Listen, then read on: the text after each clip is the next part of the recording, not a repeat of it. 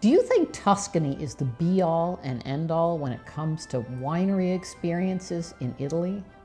Well, you might want to think again, because the neighboring region of Umbria has everything Tuscany has: rolling hills, charming hill towns, and great wine.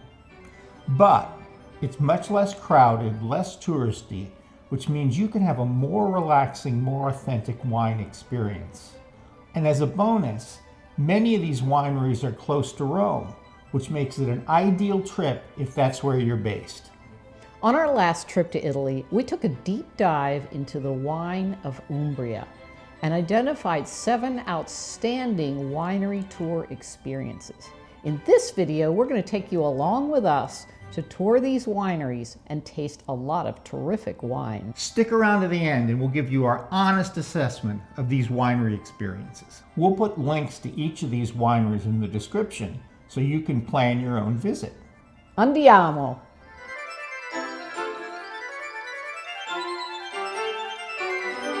The wineries we visited were in 3 of Umbria's most important subregions: Orvieto, Montefalco, and Assisi.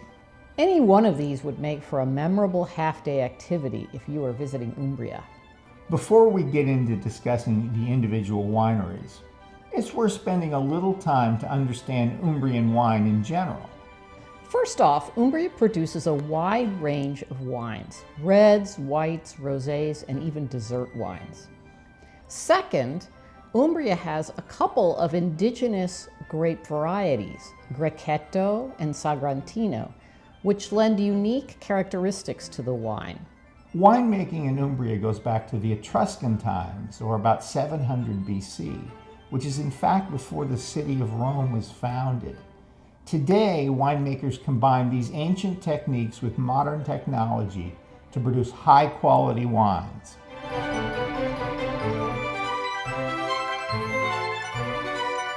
We started off in Orvieto, which is only about an hour and a half from Rome. It actually is the most productive area of winemaking in Umbria and accounts for about 80% of all of the vineyard area in the region. Perched up on a rock cliff, the town of Orvieto is charming, and its stunning cathedral is definitely worth a visit. And its most famous wines are produced from Grechetto and Trebbiano grapes. You'll hear the terms DOC and DOCG when we're talking about wine. What do these even mean? Well, these classifications are actually used throughout Europe and throughout Italy. DOC wine is a wine that comes from a specific area using a particular process.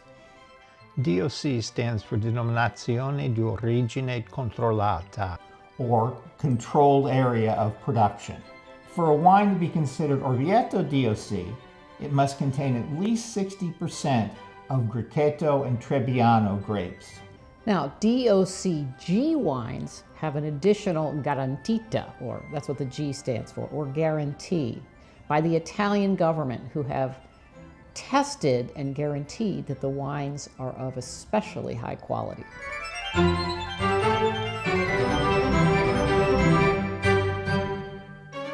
Our first stop was Decugnano de' Barbi, a medium-sized family-run winery that produces about 120,000 bottles a year. Today we're visiting the Decugnano de' Barbi winery, which is set up in the hills above Orvieto. It's located on the grounds of the Santa Maria di Decugnano Church, which is where monks produced wine back as far as the 13th century. The family restored the winery in 1973, and initially they started making wine just for themselves and their friends, and as their wine became well known in the area and started winning prizes, they then decided to expand their production. But it's still run by the family and is true to its local roots. We were greeted by Angelica, who started our tour off with the production and bottling areas in the vineyards, with an explanation of how the soil affects the wine. E questi sono alcuni dei nostri vigneti. Tutta la parte che scende lungo la collina e ci ruotano intorno, quindi dalla sinistra del cancello d'entrata fino alla destra. One fun fact is that wine growers often plant roses at the end of each row of grapes. It's kind of like a pest control early warning system. Insect pests go after the roses first, so the winemakers are alerted to the presence of the pest before it attacks the vines, and they can take preventative measures. Also, apparently roses attract beneficial ladybugs and lacewings, which eat those nasty mites and aphids. The coolest part of the tour was when Angelica took us down the hill to the cellars where the wine is stored and aged. Sono invece le nostre tre grotte, un po' ispirate alle grotte etrusche. Sono molto simili. È una sorta di necropoli. In realtà la famiglia le ha trovate qui quando sono arrivati. The cellars were dug out by the monks in the 13th century and used as a necropolis to bury their dead. It turns out that these caves create a perfect environment for maturing wine because they have a consistent temperature and humidity. Once our tour was over, we walked back to the old deconsecrated church, which has been carefully restored and updated to host wine tastings. Since it was so hot out, we sat out on the covered terrace to enjoy a lunch of cured meats and cheeses, bread with olive oil, and bruschetta with artichoke and olive pâtés, while Angelica poured and described each of the wines for us to try. We tasted 5 wines, 3 whites and 2 reds. The first was named Frumento, a mixture of Grechetto, Vermentino, Sauvignon Blanc, and a little Procanico.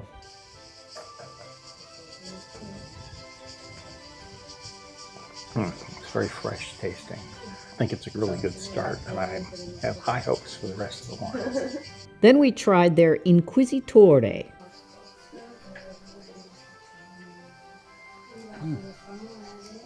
So this one is Inquisitore, Inquisitor, named after the inquisitors of the Middle Ages. It's very fresh. It's not as crisp or fresh as the very first one, which was lighter, and perfect for a day like today where it's almost 100 degrees outside.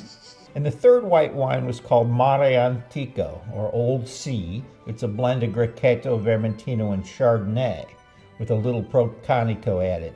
This is a little drier than the others. It's got a definite minerally taste, not overpowering, but apparently it really comes to the part of the property here where they've found seashells and had this mineral from the sea that was over this area millions of years ago. And then we're on to the reds with Batito, which is Sangiovese, and Cabernet Sauvignon with some Merlot.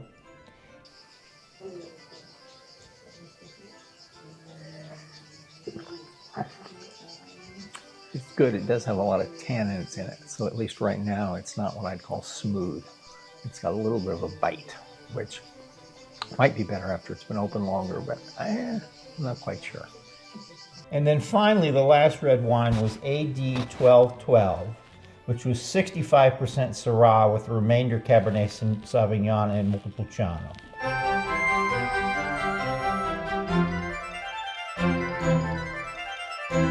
Today we're visiting Madonna del Latte, a small family-run winery outside of Orvieto right near Lake Bolsena.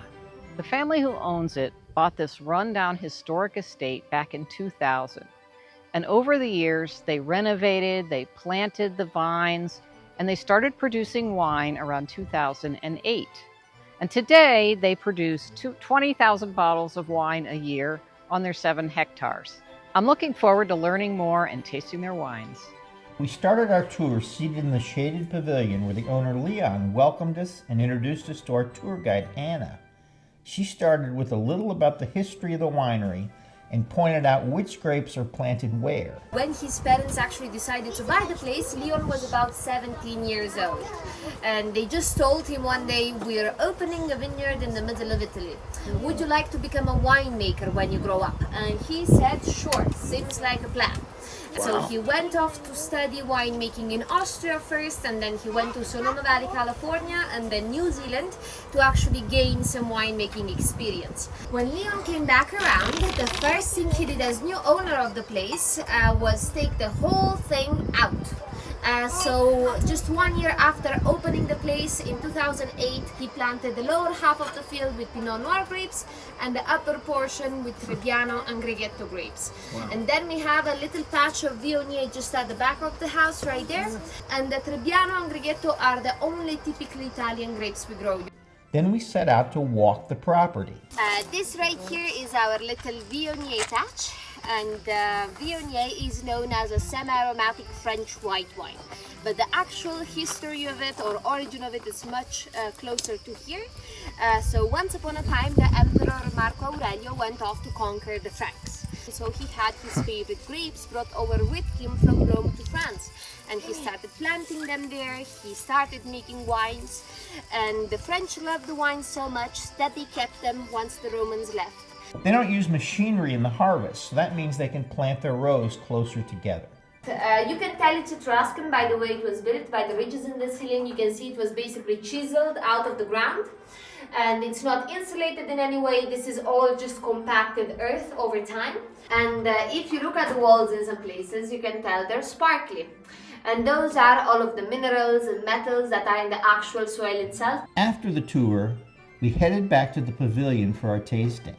We tasted a couple of whites and a couple of reds. The whites were Viogniers. Two different versions of Viognier, and I like to pour these two at the same time because they're simply two different styles of winemaking. Of the same grape variety, from the same vineyard, same everything, there's two different ways of making the wine. So I think it's nice to have them side by side so you have direct comparison. This is the lighter of the two. And I think this is a really nice wine for summer because it doesn't have a super intense flavor. It's a little bit citrusy and yeah, very nice. Now this one, they both won awards. This one has won an even bigger award. This is the Viognier Barrique.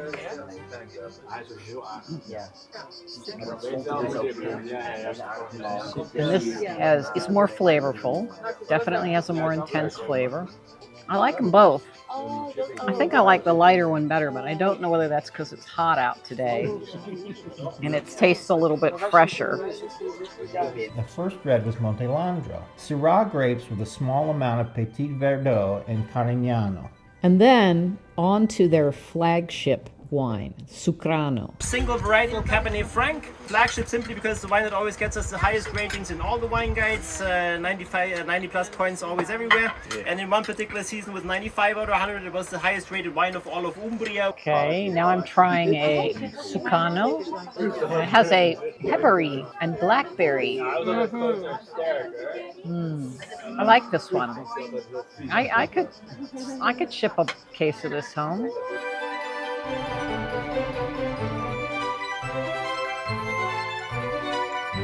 The wines of Montefalco are quite distinct from those that we tasted in Orvieto. Whereas Orvieto is known for its white wines made from the Trebbiano and Grechetto grapes, Montefalco is famous for its native grape called Sagrantino and the wines that are made from it. It's only grown right around Montefalco, and in fact, it's illegal to grow it outside of this very limited area. Today we're visiting the Scacciadiavoli winery outside of the town of Montefalco. This is one of the oldest wineries in Umbria. It was founded in 1884 by a Roman prince, and its name literally means cast out the devils. And it's actually named after an exorcist who lived in the village nearby, and he used to use the wine from these vineyards when he did his rituals of casting out demons for the local people. So the winery changed hands several times over the years and ultimately was bought by Amilcare Pambuffetti in 1954. And today it's run by his grandchildren who maintain all of the traditional methods of winemaking.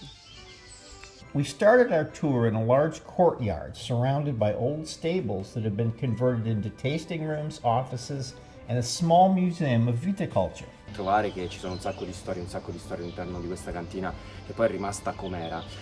Però sapete che la zona è famosa per un vitigno che nasce e cresce solo in questa zona, è un vitigno indigeno autoctono che si chiama Sagrantino.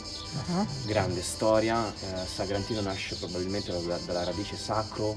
Federico led a tour of the facility and explained how the grapes are hand-picked and brought to a machine to be separated from the vine. All the movement of the grapes, the juice, and the wine is done via gravity. Le uve arrivano dall'alto Quindi è per questo che utilizziamo anche la gravità. Quindi deraspiamo, togliamo il raspo, è quello che tiene i chicchi d'uva.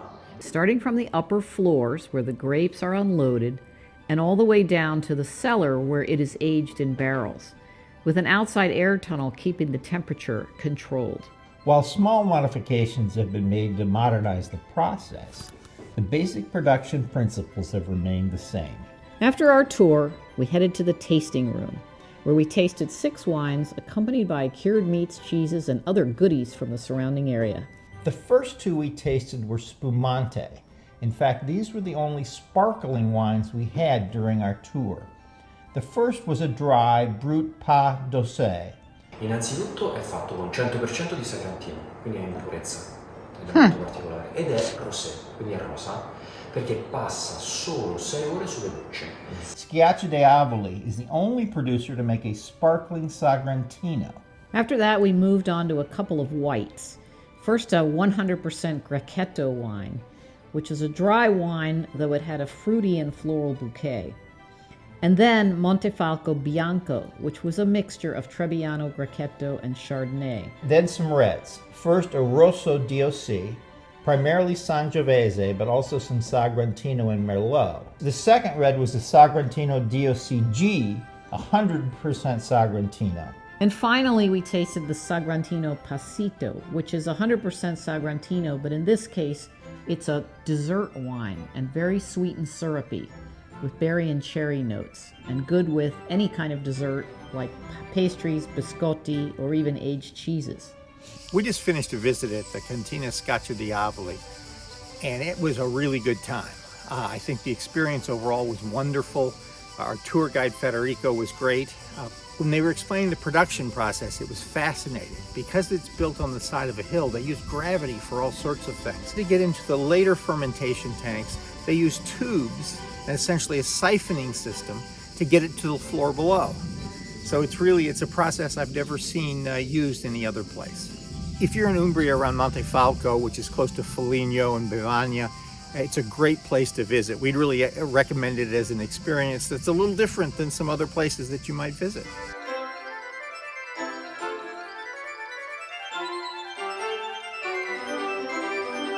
Arnaldo Caprai is one of the largest and best-known wineries in the Montefalco area, producing around 800,000 bottles per year. It was opened in 1971, and the winery is housed in a big villa which sits in the middle of the vineyards and olive groves. We're here at the vineyard of Arnaldo Caprai, and he was one of those people that you hear about now and again who changes an industry. We define ourselves, and we can be called the pioneers of Sagrantino for a good reason. The grape itself from this area is a very ancient one. We have it here since the Romans, medieval times, so it's been a long, long time. But as a grape and as a wine has always been produced sweet, a dessert wine, because the grape has really high amounts of sugars in it. So that's the reason they usually make it like that. But Caprai was the first to challenge the market around and be the first to put on the market the dry version, as we call it. So a classic red wine, not a sweet one. Our tour was led by Angelica, a trained sommelier, who led us around the grounds, explaining how the vineyards on one side of the hill were the source of their red wines with its mineral-rich clay soil, while the other side of the hill is used to produce whites. We learned about the production and aging process for the different varieties and about their partnership with the University of Milan to research the Sagrantino grape and how its DNA has changed over the last 300 years. Then we moved on to the tasting room, which was probably the most modern one that we visited in all of our winery tour. We tasted 6 wines, a rosé, a white, and 4 reds. The rosé, Punta Bella Rosé, was a very fresh wine. The white was called Grecante, and that was completely Grechetto. Then we moved on to the reds, the Vigna Flaminia Maremma Montefalco Rosso DOC, which was mostly Sangiovese, but with some Sagrantino in there too. Then Collepiano, which is 100% Sagrantino. And finally, the Montefalco Sagrantino Passito. And the Passito refers to the dessert wine, the thick, syrupy, sweet wine that people have with tarts, chocolate, and cheeses.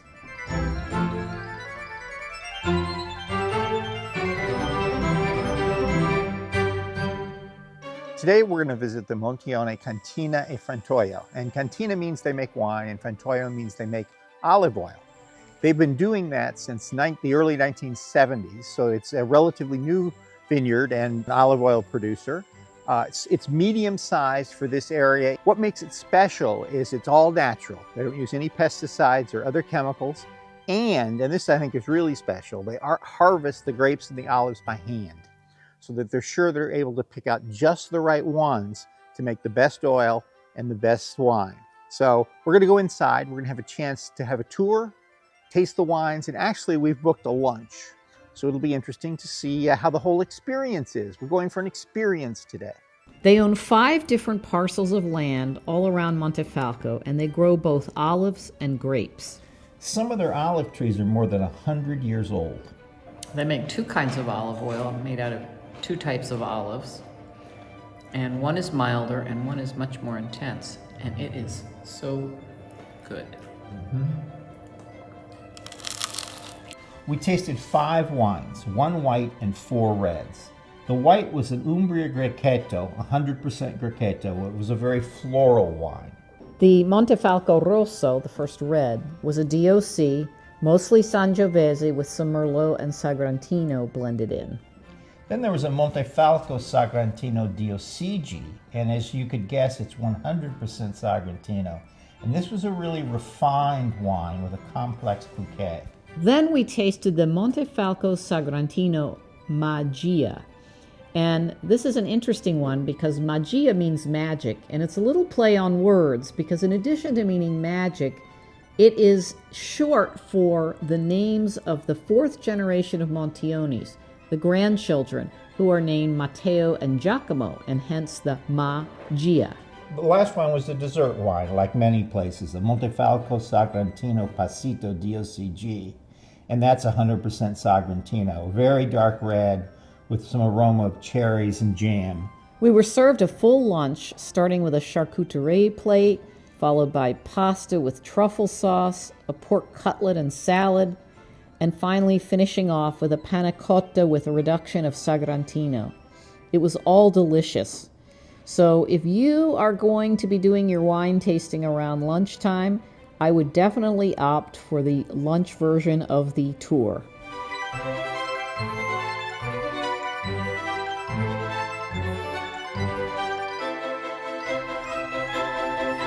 The last area we visited was around Assisi, and that's probably Umbria's most iconic town because of San Francesco, St. Francis of Assisi. In the town, there's a magnificent 2-level basilica that was built just after he died.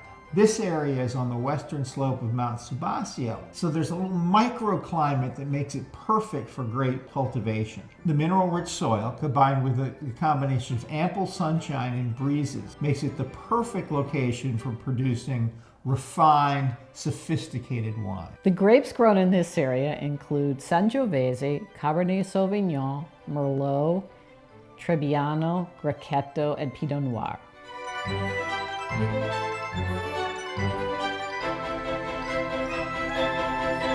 Today we're visiting the Sao Vineyard, S-A-I-O, near Assisi. And it's a small family-run business. And what's different about the tour here is rather than starting with looking at the process of wine, which most of them do, you start right away by tasting their 5 wines. After the tasting, you take a small hike to a nice picnic area that has a wonderful view of Assisi. And there you're able to pick one of the wines that you've tasted as an accompaniment to your lunch. So it makes it overall a really nice experience. It's also probably really good for families because you're outside, the kids can be playing while you're having your lunch and enjoying your wine. We tasted 5 wines, 2 whites and 3 reds. Colderba was the first white, a 60% Grechetto with the remainder made up of Viognier and Chardonnay. This is Colderba, which they name after the location around here that they make it. It's quite dry. It's left a definite dry taste in the back of my mouth. I'm not getting a lot of particular flavor notes out of it. And the second one was Colle Asio, which was mostly Chardonnay with about 30% Grechetto. This is Coleaccio. The name comes from the Mount Subasio, which is the largest mountain near here, and it's an old name for that.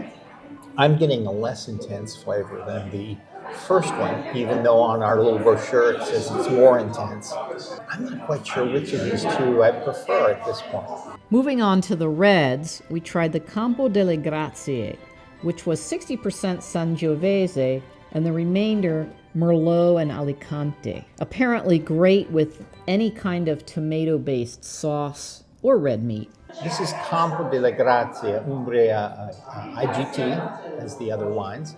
It's got a very intense red flavor, not too tannic.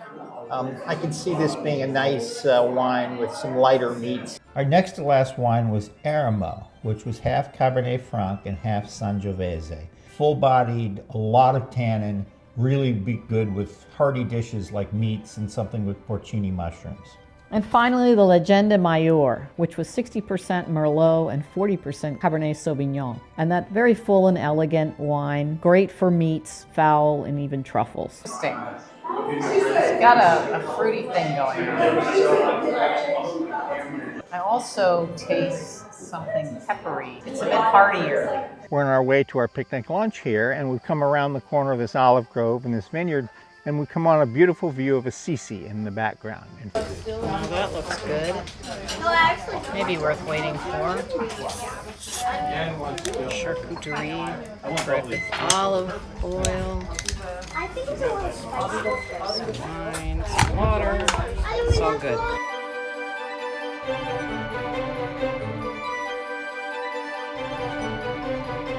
We're sitting outside at the Tilly Vineyard near Assisi, and it's a nice little family place, different certainly than some of the other fancier, what you think of as a Napa Valley place. But the people are really friendly.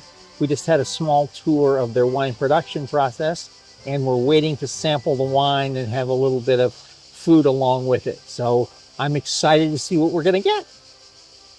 Tilly Vini produces about 100,000 bottles per year. Now, wine has been made in this location since the 13th century, but the family began commercial production on this site in 1978, and every step of the process is organic. There are no pesticides or chemicals used at any stage of the process, and everything, all grapes and olives, are picked by hand. Here we tasted 5 wines. The most notable thing about their range of wines here was the variations in color. They went from a yellow to a very dark red. The one that was most yellow was a Grechetto. Here at Tilly, we're having a Grechetto from Assisi, and it's very distinctive from the other ones that we've tried in that it's very yellow colored. It's also got a nice fruity sense when I smell it, and I really like it. I think it's one of the favorite ones that I've had in our tours around Umbria. And then there was an orange wine, Amarita, a combination of Grechetto and Sauvignon Blanc. So this is a blend of Grechetto and Sauvignon Blanc. I believe it's 60% Grechetto and 40% Sauvignon Blanc. And it is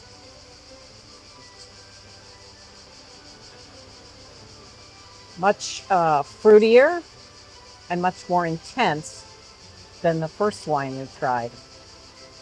The Rosé, Assisi Rosato. So this is a rosé, even though it's quite red. And I guess it's made with a combination of Sangiovese and Canaiolo, which is not a grape I'm familiar with. Apparently used only in blends. Now that is an interesting flavor. It's fruity, not so sweet. It has an interesting finish that I can't quite describe. And then the 2 reds, Assisi Young, which was a Sangiovese with Petit Verdot and Sagrantino, and then Assisi Rosso DOC, which was Sangiovese, Merlot, and Caraiolo.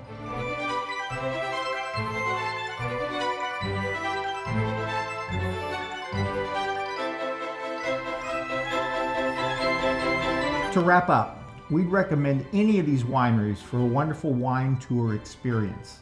The one that's right for you would depend on where you're based and exactly what you're looking for. All of them have various tour and tasting packages, but most of them offer at least a generous charcuterie platter to accompany your wine tasting. And some of them even offer a full lunch. If you're based in Rome, the wineries around Orvieto are the most accessible, though to get there you'll need a driver or a car. And in fact, to get to any of these wineries, they're all out in the country. You'll need one or the other. Now, if you're based in Umbria, then any of these wineries are within about an hour's drive from each other. The Sau Winery, with its vineyard trek and picnic lunch, is a perfect choice for families with children. Now, if you're into red wines and want to try some truly unique wines that you can't find anywhere else, then you should go to the Montefalco area, where you can try wines made from the iconic Sagrantino grape. Have you visited any of these wineries? We'd love to hear what you think. Drop a comment and we can start a conversation. Ciao for now. Ciao.